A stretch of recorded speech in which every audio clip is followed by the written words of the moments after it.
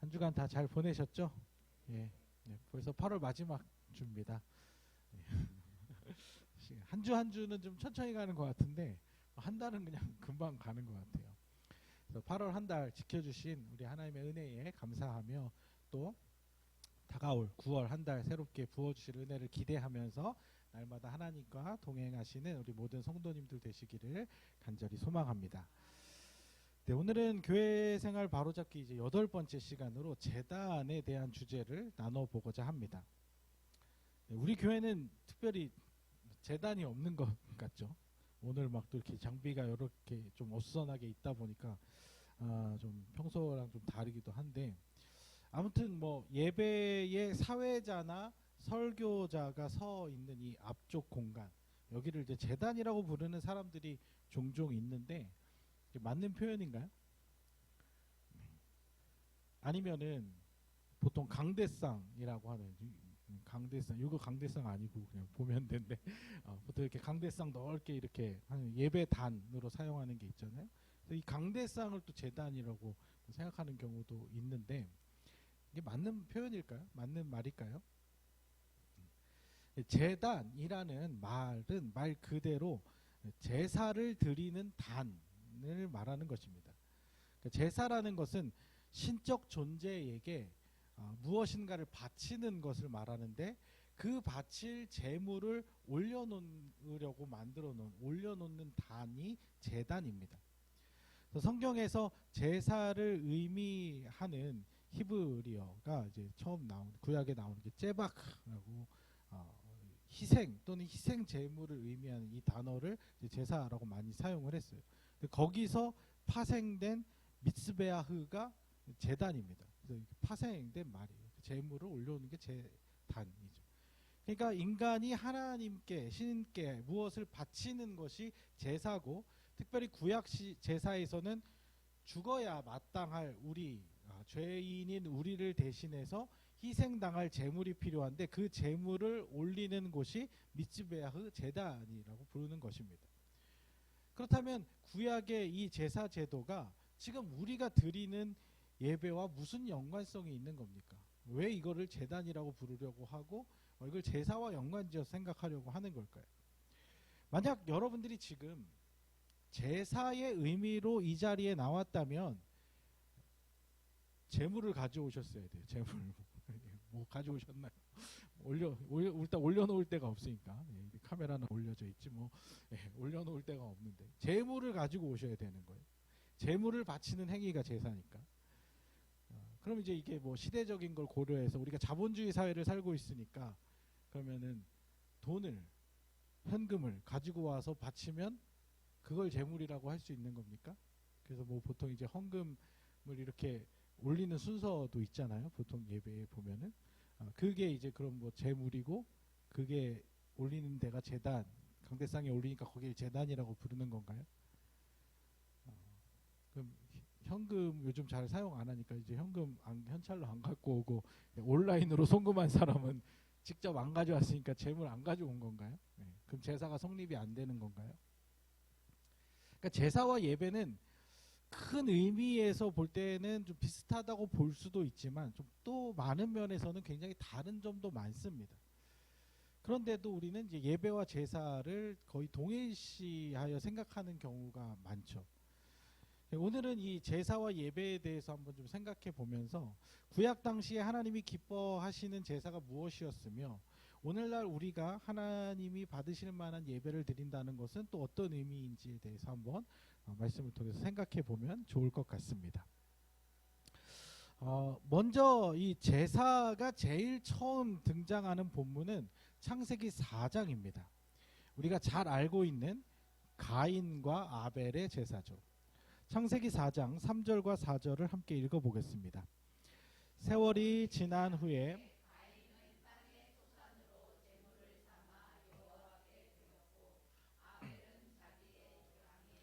새끼와 그 기름으로 드렸더니 여호와께서 아벨과 그의 제물은 받으셨으나, 가인과 아벨은 자신들만의 제물로 하나님께 제사를 드렸습니다. 그런데 안타깝게도 아벨의 제사는 받으셨지만 가인의 이 제물과 제사는 받지 않으셨습니다. 그래서 가인이 너무 화가 나서 어떻게 하죠? 네, 동생을 쳐서 죽이는 일이 발생을 합니다. 이럴 거면 차라리 제사를 드리지 말지. 그렇죠? 제사 드리다가 이게 살인까지 난 상황이에요. 근데 여기서 이제 한 가지 궁금한 점은 가인은 어떻게 하나님이 자신의 제사를 받지 않았다는 것을 뭘로 알았을까요? 가인이 이 곡식을 뭐 태워 올릴 때 뭐 연기가 잘 안 올라갔나? 그래서 아니면은 드리면서 뭔가 마음에 찝찝함이 있었던 걸까요? 아벨이 드리는 제사는 뭐가 달랐다고 느꼈기에 하나님 안 받으셨다고 생각을 했을까요? 네, 몰라요. 저도 저도 답은 성경에 정확히 나와 있지 않기 때문에 답은 모릅니다. 아무튼 제사에 대해 이 처음 기록된 사건은 그다지 끝이 아름답지 못한 이야기가 되어버리고 맙니다. 첫 제사가 이런 참담한 결과를 가져온 이유는 아마도 이 제사를 드리는 인간의 죄성이 가장 큰 문제였을 것입니다. 하나님께, 완전하신 하나님께로 나아가기에는 너무나도 불완전한, 특히 죄로 인해 깨어진 상태였기 때문에 하나님께 나아가고 싶어도 그럴 수 없는 상태였다는 거죠. 또 하나의 특이점은 이때는 제사장이 따로 필요하지 않았습니다. 제사장을 따로 두지 않았어요. 제사를 드리는 자들이 직접 자신의 제물을 하나님께 드렸다는 것이죠. 그리고 이 제사의 성패는 제물이 이제 뭐 곡식이냐 짐승이냐 뭐 이런 차이라기보다는 제사를 드리는 그 사람의 상태에 따라서 성공과 실패가 좀 갈렸던 걸로 보입니다. 명확하게는 알 수 없죠. 왜냐하면 근데 이 당시에는 제사 규정이라는 것이 정해져 있지가 않았던 때입니다. 왜냐하면 제사 규정은 나중에 레위기에 나오잖아요. 그러면 이제 가축을 드리는 게 더 좋고 곡식을 드리면 안 되고 뭐 이런 개념 자체가 없었던 때이기 때문에 그 제물 자체가 문제였다라고 하기에는 조금 논리적인 모순이 있습니다. 아무튼 그 후로도 창세기에는 계속해서 제사에 대한 이야기가 이제 나옵니다. 노아도 제단을 쌓아 제사를 드렸고 아브라함도 언약을 맺을 때 제단에 제물을 바쳤습니다. 심지어 아브라함은 아들을 제물로 해서 바칠 그런 각오까지 했고 실제로 실행에 옮기기까지 했습니다. 그러니까 지금 창세기의 제사의 모습을 보면 어떤 규정이 없으니까 어떤 제사의 규례가 정확히 명확하게 되어진 게 없으니까 사실 전부 제각각이었어요. 제사를 드리는 것. 그리고 그 형태는 보통 주변 부족의 일반적인 문화를 따라서 그냥 그렇게 했던 경우가 많죠. 그러니까 예를 들어서 사람을 제물로 바치는 거는 하나님 기뻐하시는 것도 아니고 굉장히 이교도적인 거예요. 굉장히 좀 미개한 다른 어떤 부족에서 그렇게 하던 것을 아브라함이 차용해서 그거를 했는데 아무렇지도 않게 이걸 시행하려고 했고 하나님도 그 과정을 그 믿음을 테스트하실 때 그런 문화들을 또 받아들이시고 허용하셔서 그렇게 하라고 하신 거예요. 그러니까 굉장히 지금 시대로는 이해가 안 가죠. 그래서 어떤 사람들은 왜 하나님이 사람을 그럼 이삭을 바치려고 했냐, 장난친 거냐 지금 아브라함 가지고 이렇게 좀 또 생각할 수 있는데 그게 아니라 그 당시에 그런 문화가 있었고 아브라함도 그런 문화에서 살았기 때문에 하나님 그렇게 주시는 마음에 대해서 전혀 어떤 문제의식이 없이 그렇게 행하려고 했던 것이죠. 그리고 제사장이라는 직책도 가인과 아벨 때는 없었다고 했잖아요. 근데 뜬금없이 또 아브라함은 멜기세덱에게 11조를 또 바치고 그 사람은 하나님의 제사장이어서 그렇게 했다고 합니다. 뭔가 굉장히 혼란스럽죠. 뭔가.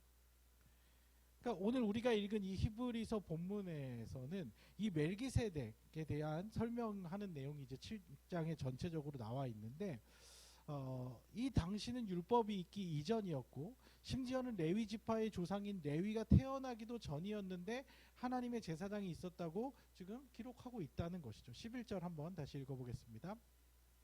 계통의 제사 직분으로 말미암아 온전함을 얻을 수 있었으면 백성이 이 아래서 율법을 받았으니 어찌하여 아론의 반차를 따르지 않고 멜기세덱의 반차를 따르는 한 제사장을 세울 필요가 있느냐. 지금 이제 히브리서 기자는 이 유대인들에게 지금 이 제사 제도에 대해서 예수 그리스도와 연결해서 설명하면서 모순점들을 지금 얘기하고 있는 거예요. 그러니까 보통 우리가 구약의 제사라고 하면 율법이 정한 제사 제도를 떠올리게 되는데, 제사는 사실 그 이전부터도 이미 시행되고 있었고 형태도 굉장히 다양했다는 것입니다. 하나님께서는 그 제사 형식과 제도를 얼마나 격식 있게 잘 갖추었느냐에 따라서 판단하시지 않았다는 것이죠. 이제 하도 이제 제멋대로 이제 제사가 지행이 되니까 그거를 이스라엘 이제 출애굽 공동체에게는 그 제사의 규정을 이렇게 해라라고 깔끔하게 정리를 해주시긴 했지만, 그렇다고 해서 그럼 그렇게만 해야만 하나님 받으시고, 그러면은 다른 어떤 조금이라도 그 형식에 실수가 있거나 조금이라도 오차가 생기면은 하나님은 그걸 안 받으시느냐, 그런 어떤 그렇게 반응하시는 것이 아니라, 그들이 어떤 모양새를 가지고 제사를 드리는가 이걸 보시는 게 아니라 그 제사를 드리는 자들의 중심을 보시고 기꺼이 그들에게 다 나아가셨다는 것이죠. 찾아와 주셨다는 것이죠. 찾아오셔서 언약을 맺으시고 축복을 약속하시고 그들에게 구원을 약속해 주셨다는 것이죠. 자, 그러면은 그럼 율법을 통해서 그렇게 하나님께서 직접적으로 모세를 통해서 율법의 제사 제도를 그렇게 마련해 주셨으면, 그럼 이스라엘 백성들이 그 후로는 이 제사를 좀 확실하게 이 규정에 맞춰서 잘 드렸나? 드린 것 같죠. 드렸다고 알고 있죠. 근데 성경을 우리가 쭉 읽어보면요, 그렇지도 않아요. 사실은 이 유대인들이 정말 정성껏 그 격식에 맞춰서 하나님께 제사를 오랫동안 잘 유지해서 드렸는가? 그렇지도 않다는 것입니다. 이 광야 시대 때는 뭐 어느 정도 그 성막 안에서 잘 그렇게 했는지 모르겠는데, 사실 가나안 땅 정착 이후에는 사사 시대를 지나면서 그들이 제사와 율법 의식에 대해서 아주 굉장히 내팽개치고 이 모든 것들이 좀 어그러집니다. 그래서 사사 시대에는 뭐라고 표현하냐면 각자의 소견대로, 쉽게 말해서 자기들 멋대로 제사를 드리고 하나님을 섬겼습니다. 이방 신들까지도 같이 들여오기도 하고. 그래서 사사 시대 후반으로 가면요, 제사 제도가 얼마나 망가졌는지 제사장 지파인 레위인들이 할 일이 없어서 떠돌아다니기도 하고, 그러다가 한 가정에 그냥 개인 제사장으로 고용돼서 들어가기도 하고, 뭐 이런 아주 엉망진창의 모습이 나옵니다.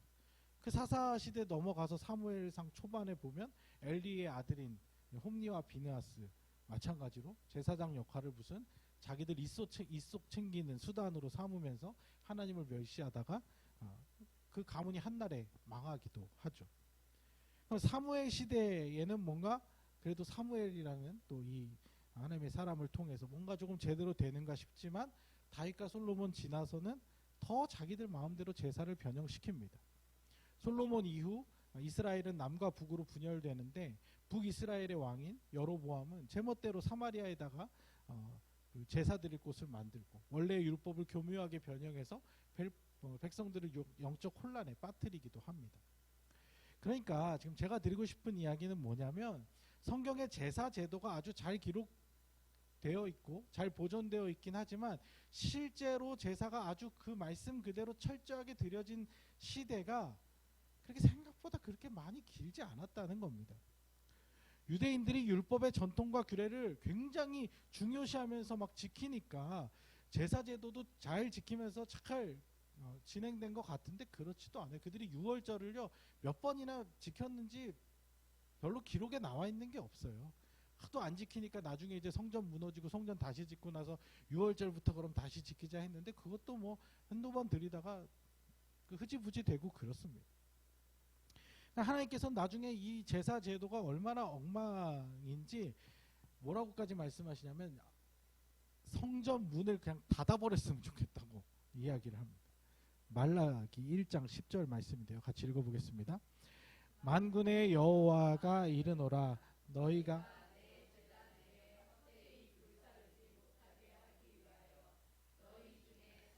문 닫을 자가 있었으면 좋겠도다. 내가 너희를 기뻐하지 아니하며 너희가 손으로 드린 것을 받지도 아니하리라. 그러니까 사실 이 제사라는 제의 방식은 온전한 것이 될 수가 없습니다. 사실 하나님께서 우리와 소통하시기 위해서 제사라는 방식을 허용해 주신 것이지 그 자체가 무슨 대단히 신령한 것은 아니라는 것입니다. 그럼 또 질문 한번 해볼게요. 그럼 그 율법을 그렇게 사랑하고 율법을 잘 지키는 유대인들 지금 제사 드릴까요? 안 드릴까요? 6월절 되면 양 잡아서 피 문에 바를까요? 안 바를까요? 안 해요. 유대인들도 이제 제사 안 드립니다. 동물 잡아서 희생제사 더 이상 안 해요. 이상하잖아요. 우리는 예수님을 믿기 때문에 예수님께서 우리의 모든 죄의 값을 대신해서 희생하셨기 때문에 그러니까 우리는 사실 이 제사제도의 정신을 우리는 이어가고 있는 거예요. 예배를 통해서. 우리에게는 이제 예수님께서 우리의 희생 제물이 되어 주셨으니까 예수님의 공로로 예수님의 보혈로 예배를 드리고 있는 거예요. 그러면 유대인들은 예수님을 메시아로 인정하지 않잖아요. 그러면 그 사람들은 계속 드려야 될 거 아니에요, 제사를. 그렇게 중요하게 여기는 율법을 따라서 희생제사 드려야 될 거 아니에요. 근데 안 드려요. 왜 안 드리냐고 이제 그 랍비들에게 물어봤더니 그들도 이거 그 구약 모세오경 읽고 말씀 보고 율법의 규례를 삶에서 행하는 거로 제사를 대체하는 거래요. 에? 그럼 우린 뭐야? 우리는 왜 제사를 그렇게 우리는 예배라는 것으로 그거 명목을 이어가고 있는데 그들은 또 그게 아니네요. 네. 그러니까 아직까지도 지금 교회 안에서 기독교 안에서 율법을 내세우면서 제사 타령하고 재물, 제단, 제사장 이런 이야기 하는 사람들은요. 뭔가 포인트를 잘못 짚고 있는 거예요. 뭔가 심각하게 잘못된 생각을 가지고 있는 겁니다. 물론 구약에서의 이 제사 제도를 우리가 잘 살펴보면서 그 제사 안에 담겨있는 그 의미 그래서 그 제사에 드리는 제물 기구, 성막에 있는 기구들, 성전에 있는 기구들 우리 성막도 갔다 왔잖아요. 그 하나하나를 이렇게 보면서 그 제단의 의미가 어떤 의미를 담고 있었고 제사장들은 어떤 역할을 통해서 이스라엘 백성들을 하나님께로 인도했고 이런 그런 유익을 분명히 얻을 수는 있습니다. 그 말씀을 바탕으로 그 속에 담겨진 의미들을 찾아서 오늘날 우리와 하나님의 관계를 이해하는 데 굉장히 큰 도움을 받을 수는 있습니다. 하지만 우리가 드리는 예배가 곧 제사고 목사가 제사장이고 강단이 제단이고 이런 이야기를 하는 것은 상당히 문제가 있다는 것이죠. 왜 예수님께서 다 없앤 것을 다시 끄집어내서 사람들을 불편하게 만드냐고요. 왜 예수님께서 생명을 바쳐서 바꿔놓으신 것을 뭐가 그렇게 좋다고 다시 원상복귀시키려고 하냐고요. 아니 유대인들마저도 이제 안 한다는데 무슨 집착이고 무슨 고집이냐는 것이죠. 오늘 본문 12절 다시 읽어보겠습니다. 제사 직분이 바꾸어졌은즉 율법도 반드시 바꾸어지리. 영원한 것은요 하나님 한 분밖에 없습니다. 그리고 그분의 말씀밖에 없습니다. 다른 것들은 바뀔 수 있는 겁니다. 하나님께서 새롭게 변화시켜 주시는 것까지도 애써 옛것을 붙잡을 이유가 뭐가 있습니까? 예수님께서 우리를 진리로 자유케 해주시지 않았습니까? 진리의 말씀 안에 자유하시는 우리 성도님들 되시기를 소망합니다. 가장 잘못된 점은요. 이런 것들을 이 구약의 제사제도의 그 의미를 밝히는 것이 아니라 그 형식들을 가지고 그걸 모티브로 해서 의도적으로 잘못 사용하는 경우가 있다는 것이 문제입니다. 이 좀 놔줘도 될 이 구약의 율법과 제사제도를 굳이 붙들고 있는 데는 나름대로의 의도가 분명히 있다는 것입니다. 뭘까요? 어떤 의도일까요? 우리가 지난번에 충성에 대한 주제로 다루면서 한번 이야기를 했는데 자꾸 거룩한 것과 속한 것, 이 성과 속, 거룩한 것과 제약된 것을 나누고 구별하려고 하는 게 문제인 겁니다. 이 피조 세계에서는요 완전히 거룩하기만 한 것도 없고 또 완전히 죄악되기만 한 것도 없다고 말씀드렸습니다.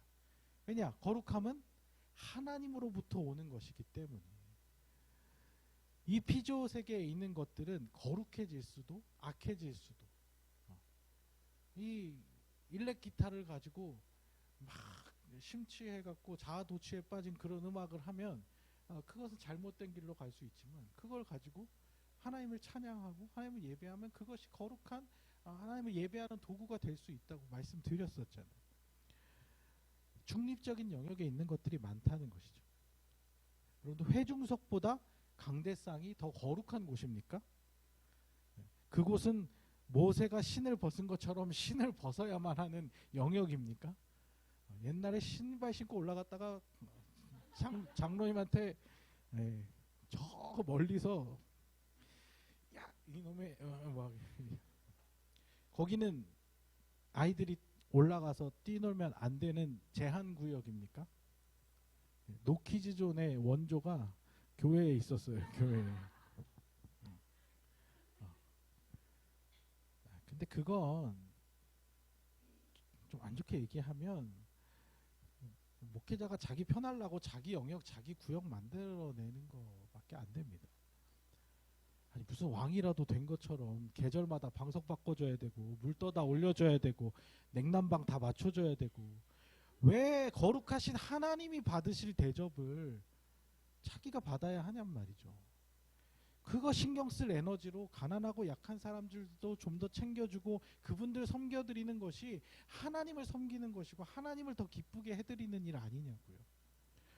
혹여나 성도들이 섬기고자 하는 마음으로, 정말 이거는 성도들이 너무 정말 그 목사님을 통해서 받은 은혜와 이제 그런 감사를 통해서 그렇게 섬기고자 하시는 분들이 있어요. 그렇다고 해도 마다하시고 못하게 하고 그래야 상식적인 게 아닙니까? 물론 성막제도나 성전제도를 보면요, 들어갈 수 있는 입장 제한이 그때는 분명히 있었습니다. 지성소는 대제사장이 아닌 다른 사람이 들어가면 죽습니다. 또 성소까지는 제사장들에게만 허락된 공간이었습니다. 하지만 그것은 하나님께서 이스라엘 백성들에게 한시적으로 행하신 것 아닙니까? 이제는 십자가로 그것을 다 무너뜨려 휘장을 다 찢으시고 누구나 하나님께로 나아올 수 있도록 예수 그리스도로 그걸 다 열어주시지 않았습니까? 그때는 정말 예수님이 오시기 전에는 우리가 하나님에 대해서 너무 모르고 거룩함과는 너무 거리가 멀기 때문에 우리를 깨끗게 하시고 우리를 용서해 주시고 싶으셔서 그런 제사장 제도를 만들어서 그것을 허용해 주신 것이지, 뭐 대제사장이라는 사람 자체가 뭐 그렇게 대단히 거룩해서 그런 것이 아니라는 것입니다. 이제 우리의 대제사장은 오직 예수님 한 분밖에 없는 것입니다. 우리는 예수님의 이름을 믿어서 우리가 하나님의 자녀가 된 것이고 언제든지 그 자녀된 권세로 하나님께 뛰어나갈 수 있는 것입니다. 그리고 그 하나님의 자녀들은요, 다 동일합니다. 유대인이나 이방인이나 차별이 없고요, 남자나 여자나 나이 많은 사람이나 어린 아이들이나 성경을 보면 신약시대까지도 남자나 여자의 약간의 구별이 있었던 적이 있었어요. 그럼 성경에 그렇게 나와 있으니까 그게 맞아요? 아니요. 하나님 차별이 없으십니다. 나이 많은 사람이나 어린 아이들이나 똑똑한 사람이나 배우지 못한 사람이나 목사나 장로나 권사나 집사나 성도나 다 똑같은 한 영혼으로서 하나님 앞에 서 있는 다 동일한 은혜 받은 죄인들일 뿐입니다. 공간적으로도 마찬가지예요. 우리가 하나님의 자녀의 권세를 얻어 거룩한 삶을 살아간다면 우리가 밟는 그 땅이 거룩한 곳이고 우리가 머무는 그 공간이 거룩한 처소가 되는 것입니다. 불당이 세워져 있으면 거기는 그냥 막 악이 그냥 막 하늘로부터 쭉 내려져 있는 그런 공간이 아니라는 거예요. 하나님을 알지 못해서 그렇게 인간적인 방식으로 신을 섬기는 안타까움이 있는 곳이죠. 물론 우리가 교회에 와서 기도하면 더 집중이 잘 될 수 있습니다. 일단 아무도 없이 좀 조용하고, 그리고 또 예배를 드리던 공간이니까 당연히 아무래도 느낌이 다르죠. 기도할 때. 저도 그래요. 저도 평온하게 잔잔하게 음악 깔려있는 이렇게 어두운 그런 예배당에서 탁 앉아서 기도하려고 하면 뭔가 하나님이 진짜 마음을 만지시는 것 같은 그런 느낌을 많이 받아요. 그럴 수 있어요. 그런데 그런데 만약에 그곳이 그 교회 안에서 자신의 이익을 탐하며 거침없이 악을 행하는 그런 일들이 벌어지고 있다면 그것은 그걸로 대체할 수가 없는 거예요. 그 더 이상 거룩한 곳이 될 수 없는 것이죠. 이사야 1장 13절에 이런 말씀인데 한번 읽어보겠습니다. 헛된 죄물을 다시 가져오지 말라.